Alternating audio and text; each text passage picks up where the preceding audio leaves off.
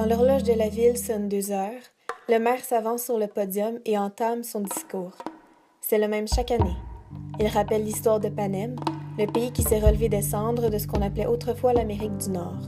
Il énumère les catastrophes naturelles, sécheresses, ouragans, incendies, la montée des océans qui a englouti une si grande partie des terres, la guerre impitoyable pour les maigres ressources restantes. Voilà d'où vient Panem, un capitole rayonnant bordé de 13 districts qui a apporté paix et prospérité à ses citoyens. Puis sont venus les jours obscurs, le soulèvement des districts contre le Capitole.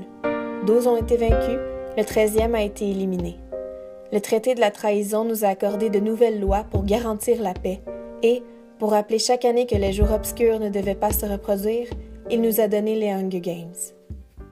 Cet extrait tiré du roman de Suzanne Collins Hunger Games met en vedette une dystopie. Ce terme à l'apparence bien banale, mais dont le concept est actuellement en train de révolutionner le monde de la littérature jeunesse. Également appelée contre-utopie, la dystopie est un récit de fiction qui présente un univers chaotique et déchu, empêchant à ses habitants l'atteinte au bonheur.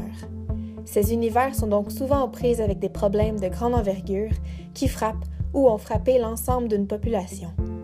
Une société totalitaire, une catastrophe environnementale, un gouvernement corrompu.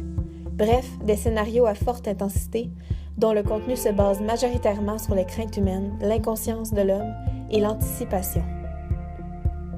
Cette forme, voire ce genre littéraire, était en fait déjà présente par le passé. Cependant, à l'époque, ce type d'œuvre apportait davantage la contestation que l'acclamation. Les parents voyaient ce style comme étant défaitiste et malsain pour leurs enfants.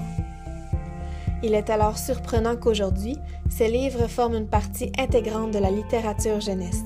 En effet, le genre littéraire a augmenté en popularité aux États-Unis au cours des dernières années et sa diffusion s'est ensuite étendue à l'échelle internationale. D'ailleurs, l'ampleur du phénomène est actuellement visible dans l'éclosion des nombreuses adaptations de dystopie au cinéma. La folie autour de la série de romans Hunger Games en est une bonne démonstration. La trilogie a fait fureur à travers le monde, a été vendue à des millions d'exemplaires et traduite en 51 langues, pour ensuite être adaptée au cinéma, rapportant plus de 2 milliards de dollars au box-office. Les jeunes et même les plus vieux ont participé à l'explosion littéraire et cinématographique fulgurante de la trilogie. Mais l'atout absolu de ces récits de fiction reste l'importance qu'ils dédient à la jeunesse. Le phénomène a une grande influence auprès des jeunes, et avec raison.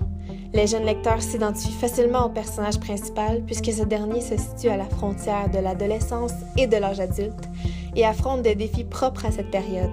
Et même si l'univers du récit présente un côté obscur de la réalité, les auteurs refusent de mentir aux jeunes lecteurs en leur faisant croire à une version parfaite et illusoire du monde. Ainsi, on laisse de côté les discours moralisateurs et on vise à transmettre des valeurs riches, telles que la détermination, l'amour, l'amitié, la confiance, l'indépendance.